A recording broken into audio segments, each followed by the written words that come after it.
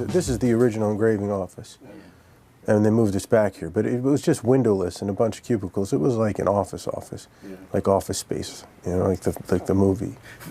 It just wasn't like conducive to creativity. Yeah. Describe the challenge of taking somebody else's art and turning it into a sculpture for coin. Well, when you work as a commercial sculptor, which is what I consider us, you know, or I consider myself to be here at the Mint, you essentially get when you get a design, I essentially look at it as a brief, and that brief is a set of instructions that need to be observed in order to resolve the final three-dimensional model into a usable form. Now, sometimes we have to modify that, make some changes in order to make it more coinable, but they're usually changes for the sake of technical reasons, not artistic reasons. The artistic intent has already been approved by the Secretary of the Treasury and also the various committees that vet the coin designs along the way. But you still have to interpret somebody else's art. Yes and no. I mean,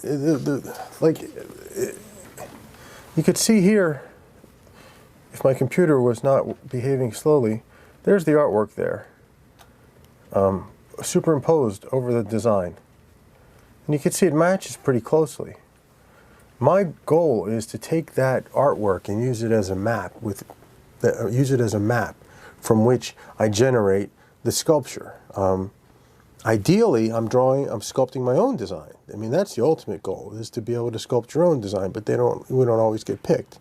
And you know, sometimes you get assigned this or you get assigned that. There's always a challenge of transcribing flat two-dimensional art into three-dimensional art, and that's something that's interesting.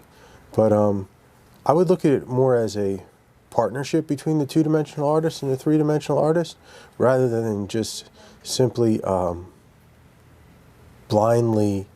We're not just copying in 3 dimensions. It's more of a transcription. So does the consultation process continue between the designer and the engraver? No. I mean, technically, if you need more information from the artist, we have to go through our proper channels at the Mint and get permission to contact the artist and say, hey, you know, what were you thinking when you did this foot? This foot's too short, or something like that, you know, that kind of thing. But I typically don't have that experience. That's very rare from what I've seen. I just figure if I get a design, it's already been vetted, and that's good enough for me. My task is to reproduce that design as faithfully as I can in 3 dimensions. So what is the typical turnaround for you to take a 2-dimensional design that's passed through the process and render it into the final form? I can go anywhere from a couple days to a couple weeks. And then what happens is we have internal review bodies that can request changes, so that can add to the process time-wise. But for me to just do a straight sculpt, do one in like 4 days, 3-4 days, 5 days maybe, used to take me longer than that. If it's something really involved, it could take me up to 2 weeks, maybe longer. But I would say anywhere from a couple days to a couple weeks. So you've worked in both physical tools and digital tools to create coin art or metal art. Yes. What are the difficulties inherent with the digital form that don't exist when you're actually doing it by hand?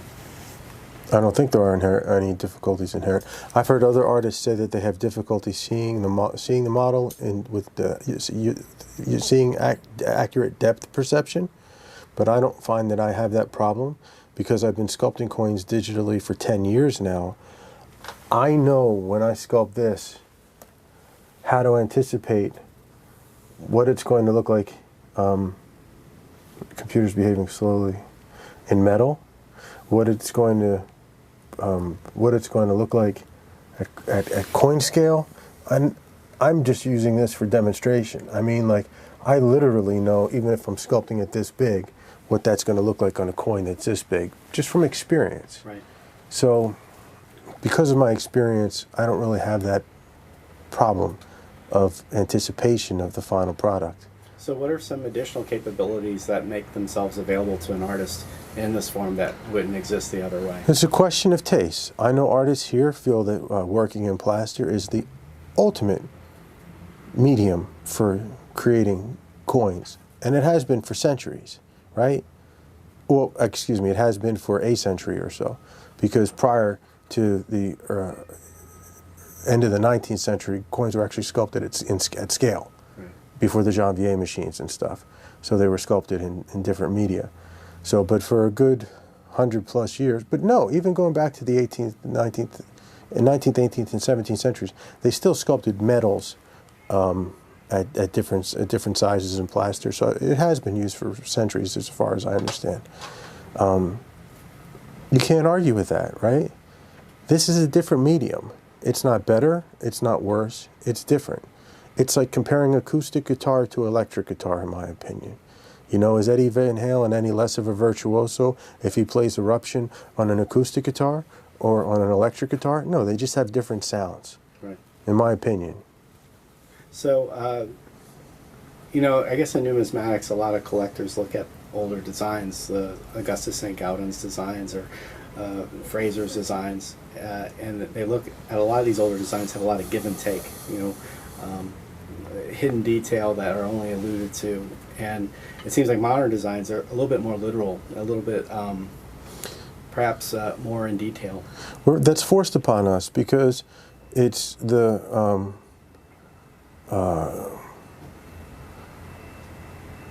whole idea of people collectors want to see proof sets. They want to see polished coins. Right. So in order to have proof polish a coin, you pretty much need to have a pretty crisp, this is just my opinion. Right. You need to have a crisp border.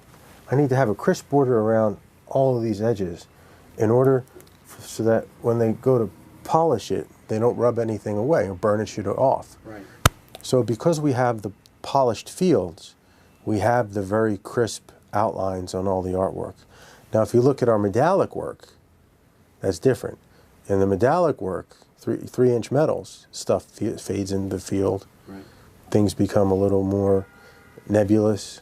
You know, there's more of that artistic freedom in the palette. On the palette of the metal, the palette that the metal provides is more artistic, I think, than that we have available on coins. Could we do coins differently? Sure. But that's for someone above my pay grade to decide. So make sure I understand. Well, fascinating answer because I never considered it. Yeah. Like I said. So what you're saying is that because of the demand for proof coinage, where you have that deep frosted cameo on the devices and that mirrored, that separation essentially, yes, between the devices and the fields, that requires a lot more accentuation of every detail on the raised elements, or it won't strike up. Well, it requires a border around everything. So if you're going to have that border that's all crisp and detailed, I mean, the stuff that follows on the inside, some of that can be softer and whatnot, but it's that, I think it's that crisp outline, you know, everywhere that's going to give you that pop. Everything seems to pop. So what's your favorite executed design that you've worked on? My favorite executed design is the Flight 93 Heroes of 9/11 Shanksville Memorial, Congressional Gold Medal.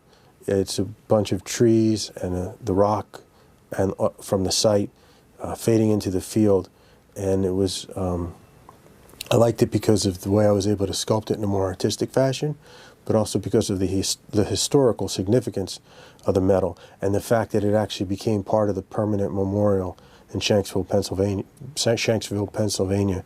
For me, that's just the highest honor that I could hope to have. Pretty incredible design, yeah, I agree. Oh, you saw it? Yes, thanks, man. Yeah. The United States Mint puts out a tremendous volume of new designs each year through the quarter program, the dollar program, commemorative coins, and congressional medals. How difficult is it to keep up with the pace of the new products? No, it's not difficult at all. We have a fully adequately staffed team. Everything seems to dovetail. Everything seems to dovetail nicely. Our scheduling team is adept at making sure that everything's lined up in the right order, and between drawing and sculpting, we just have a full enough amount of work to keep us challenged, but not so much that we get overwhelmed, in my opinion. I mean, I don't mean comfortable as in relaxing. I mean, it's just, I have enough time to make sure that a good enough job is done. Okay, last question for you. No problem.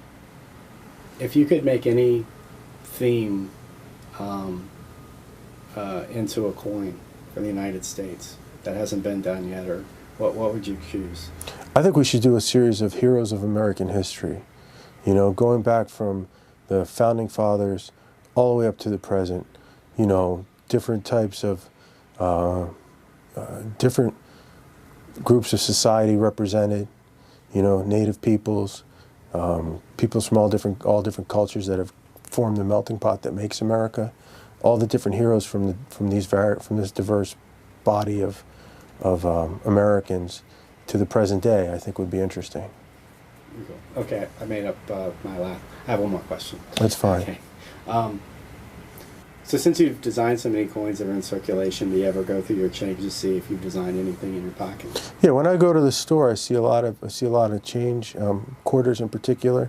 But the thing that's like the neatest thing is Lyndall Bass designed the reverse of the 2010 penny, but I got to sculpt it. So my initials are on the back of the penny.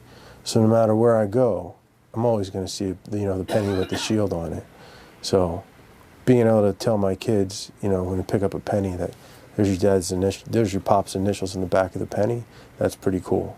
That's one I say all the time when we're interviewed, but it's one that it never gets old. It's really an honor to be able to have had the chance to participate in history like that. There's literally billions of pieces of your art out there. Yeah, it's pretty awesome. Cool. Thanks a lot. No problem. Thank you. Nice to talk to you.